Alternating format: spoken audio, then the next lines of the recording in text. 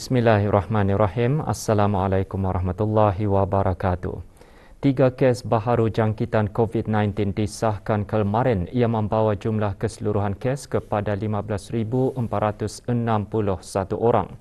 Yang berhormat Datuk Seri Setia Dr. Haji Awang Muhammad Isham bin Haji Jaafar, Menteri Kesihatan, memaklumkan perkara tersebut semasa sidang media situasi terkini jangkitan COVID-19 di Dewan Al-Afiah Kementerian Kesihatan. Pada jumlah tersebut, satu adalah kes tempatan, manakala dua adalah kes import. Jumlah kes baru ini adalah hasil daripada 3,018 jumlah ujian makmal yang dilakukan dalam tempoh 24 jam. Oleh itu, kadar kes positif ialah sebanyak 0.1%. Di kalangan kes-kes yang sedang dirawat di Pusat Pengesahan Kebangsaan, tidak ada kes dalam kategori 4 dan satu kes masih dalam kategori 5 yang mana memerlukan bantuan mesin pernafasan dan bantuan mesin tambahan hadlang mesin ataupun ECMO di unit rawatan intensif.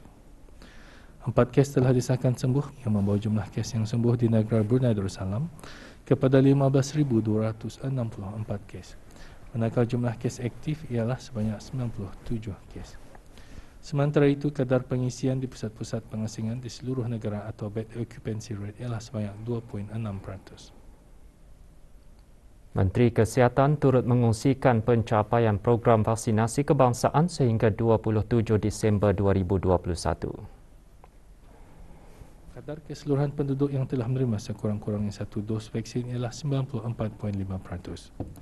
Kadar bagi yang telah menerima 2 dos vaksin ialah 93.1%, manakala kadar bagi yang telah menerima 3 dos ialah 16.4%.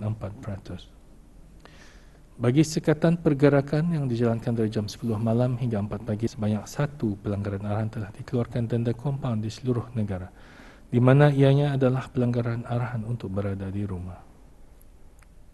2 buah keluarga kini boleh tinggal dengan lebih selesa dengan siapnya pembinaan rumah di bawah pengendalian Jawatan Kuasa Projek Bantuan Perumahan Golongan Daif, Fakir dan Miskin melalui Jabatan Perdana Menteri dan agensi berkaitan selaku urus setia. Sijil kesiapan rumah diserahkan oleh Yang Berhormat Pihin Udana Khatib Datu Paduka Seri Setia Ustaz Haji Awang Badarudin bin Pengarah Datu Paduka Haji Awang Osman, Menteri Hal Ehwal Ugama selaku Yang di-Pertua Majlis Ugama Islam kepada 2 orang penerima. Penerimanya Dayang Sihar binti Sidop. Kos pembinaan sebuah rumah 3 bilik berjumlah lebih RM77,000. Penerima kedua Dayang Fatimah, sebuah rumah 4 buah bilik dengan kos pembinaan berjumlah lebih RM85,000. Isu-isu keselamatan dan pertahanan yang meluas serta isu-isu berkepentingan bersama terutama mengenai penandatanganan memorandum kerjasama dalam bidang kerjasama dan pertukaran pertahanan dalam masa terdekat antara yang dibincangkan semasa perjumpaan secara dalam talian antara Menteri Pertahanan kedua dan Menteri Pertahanan Jepun.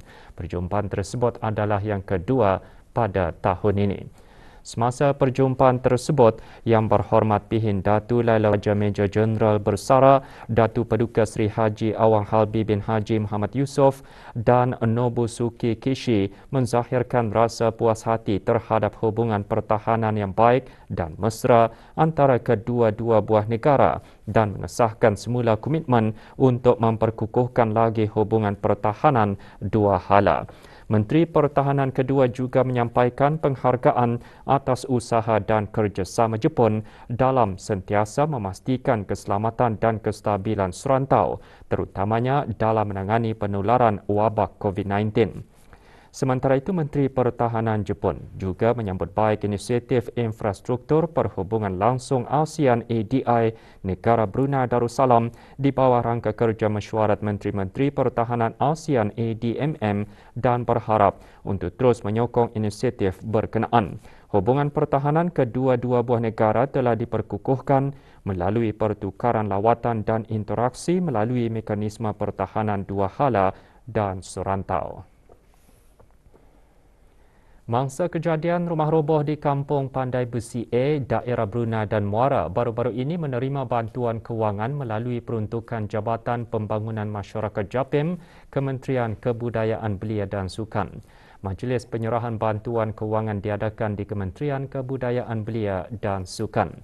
Penyerahan bantuan disempurnakan oleh Yang Berhormat Major Jeneral Bersara Datu Paduka Seri Awang Haji Aminuddin Ehsan bin Pihin Orang Kaya Saiful Molok Datu Seri Paduka Haji Abidin, Menteri Kebudayaan Belia dan Sukan kepada Dayang Jokiah binti Haji Dollah dan Dayang Nurhayati binti Muhammad Zain. Pemberian bantuan kewangan tersebut dihasrat dapat membantu meringankan kesusahan yang dialami oleh mangsa bagi meneruskan kehidupan seharian. Negara Brunei Darussalam dan Republik Rakyat China akan terus bekerjasama rapat dalam memperkukuhkan lagi hubungan persahabatan yang sekian lama terjalin, terutama dalam isu-isu serantau dan antarabangsa yang memberikan kepentingan bersama. Dr. Siti Nurhalbi binti Haji Wahsal Felah, pemangku Setiausaha Tetap Pengurusan Dasar dan Strategi Kementerian Kebudayaan Belia dan Sukan, menyatakan perkara tersebut semasa majlis sambutan ulang tahun ke-30 hubungan diplomatik dan pertukaran di antara rakyat-rakyat negara Brunei Darussalam dan Republik Rakyat China petang kemarin. Menurutnya, pelbagai inisiatif dan aktiviti telah dilaksanakan dalam platform kerjasama di peringkat serantau dan antarabangsa.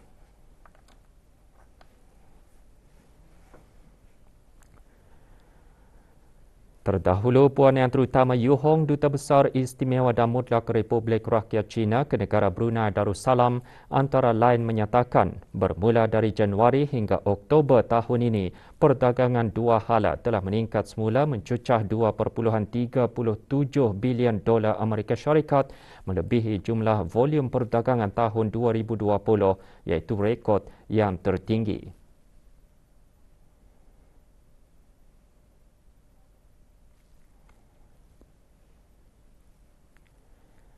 Majlis merupakan anjuran Persatuan Persahabatan Brunei China dengan kerjasama Persatuan Rakyat China untuk persahabatan dengan negara asing.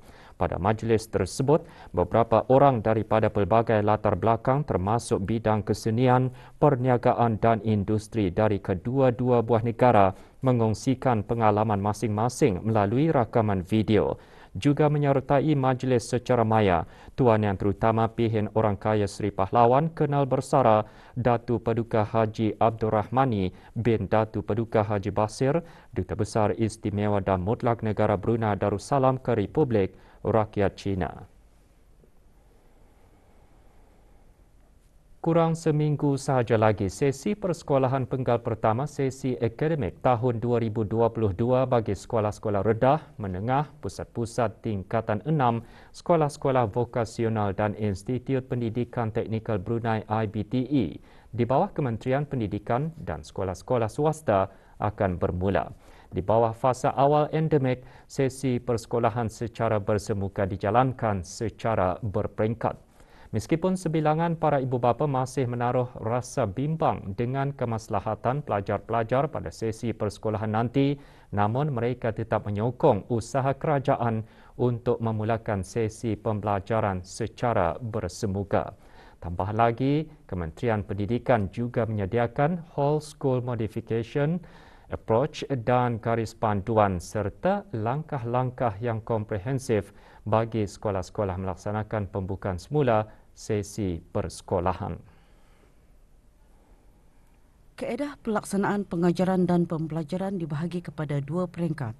Peringkat pertama bermula pada 3 Januari 2022 dan peringkat kedua pada 17 Januari 2022. Keutamaan diberikan kepada para pelajar yang telah lengkap divaksinasi untuk hadir ke sekolah secara bersemuka. Sebilangan besar pelajar menzahirkan keterujaan mereka untuk kembali ke sekolah. Rasanya nak sabarlah. Pasal bagiku dibezakan antara belajar online sama di sekolah, lebih senang di sekolah lah.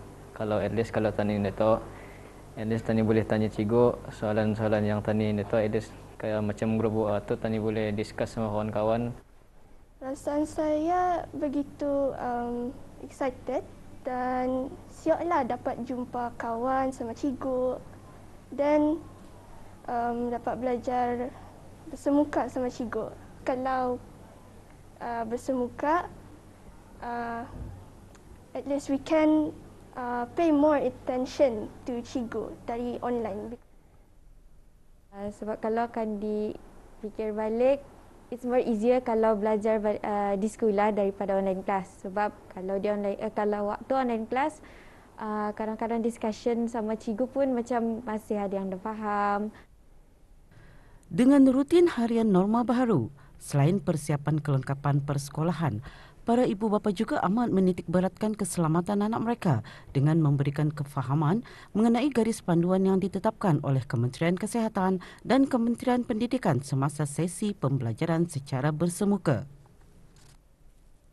Kalau bagi saya, semua ni berdasarkan dengan kemampuan anak-anak sama kita ni sebagai indung yang menyediakan apa yang sepatutnya untuk anak-anak sebelum dorang hadir ke sekolah.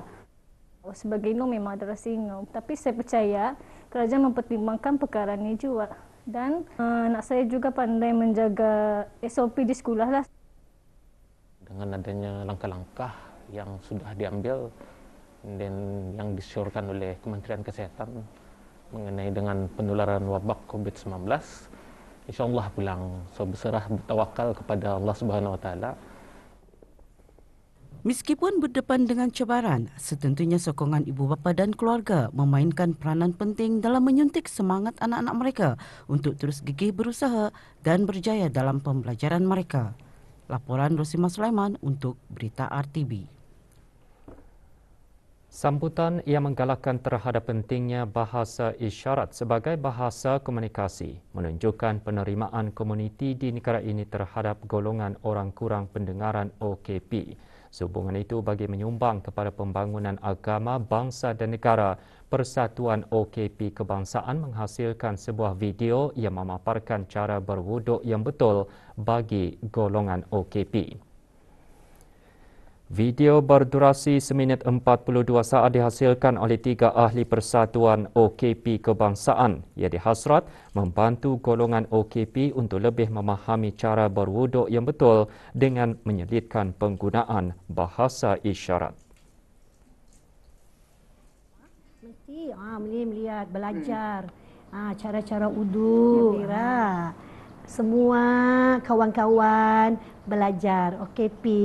Okay. Belajar cara wudu.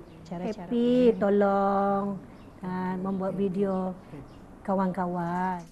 Hubungi talian 7280-568 untuk mendapatkan video tersebut yang berharga RM20.